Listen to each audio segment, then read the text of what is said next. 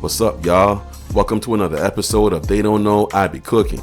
And today I'm going to show you how to make some creamy mac and cheese. Now this recipe is really straightforward. If you could just do me a favor and hit that like button and hit the subscribe button, because I drop videos like this throughout the week, alright? And now without further ado, let's get started.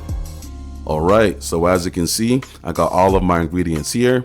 Now, like with many other recipes, there's more than one way to make this, but I'm going to show you the way that I do it. Now, of course, I'm going to be using some elbow macaroni, and for the cheeses, I'm going to use a 3-cheese blend. So we got some old cheddar. This will give us some of that rich traditional flavor. I also got some Monterey Jack, which will give us a smooth, buttery flavor.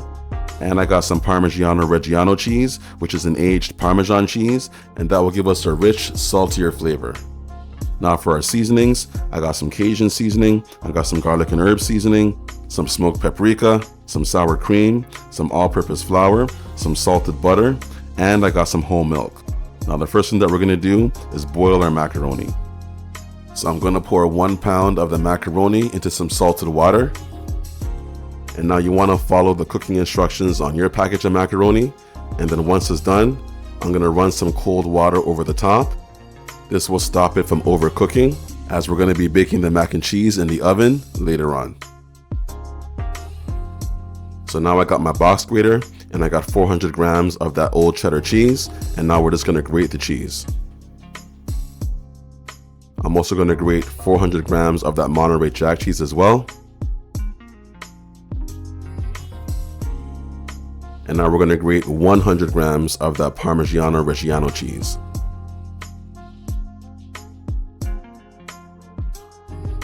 So now we're going to make a roux. So I got my Dutch oven pot heating on the stove at medium to low heat, and we're going to add in 2 tablespoons of salted butter. Once the butter has melted, you want to grab a whisk, and we're going to add in 2 tablespoons of all-purpose flour, and you want to whisk it as you're pouring it. This will eliminate any lumps in your roux. Okay, so now we're going to add in 3 cups of whole milk. So this is the first 2 cups, and this is the 3rd cup. And now we're going to add 2 tablespoons of sour cream. I'm also going to add 2 teaspoons of Cajun seasoning, 1 teaspoon of garlic and herb seasoning, and 1 teaspoon of smoked paprika. And now we're going to whisk it all together. This combination of seasonings is going to add so much flavor to our mac and cheese. And now you want to increase the heat of your stove to bring this to a boil. And this will boil for about 30 seconds. And then you want to turn off the heat completely. And once it has stopped boiling, then you want to add in your cheese. Alright, so I'm going to add in 3/4 of my cheddar cheese. I'm also going to add in 3/4 of my Monterey Jack cheese. And I'm going to add in 1/2 of my Parmesan cheese.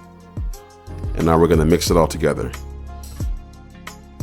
Now you want to mix it until all the cheese has melted, and this will be our cheese sauce. Now you want to go in for a taste test. That's good. Okay, so this next step is really important, guys. You want to pour in your macaroni, but you want to pour it a little bit at a time, and that's because you want to check its consistency. Alright, it depends on how creamy you want your mac and cheese. Now for me, this is a bit too creamy, so I'll add some more macaroni. And now this, for me, is perfect. And I've used about 95% of my boiled macaroni, which you can make yours as creamy as you like. And this is going to be the baking dish that we're going to be using. I'm going to hit it with some non-stick cooking spray, but you can also use butter as well. And now I'm going to pour in my macaroni. And now you want to smooth it over. And I'll get a little up close and personal. This is what it should look like. Alright, you see all that seasoning?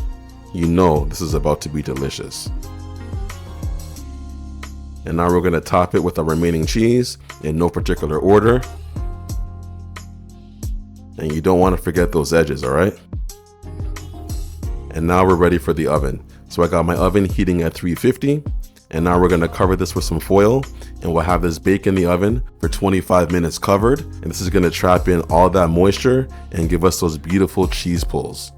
And then we're going to remove the foil and have it bake for 20 minutes uncovered to brown the top.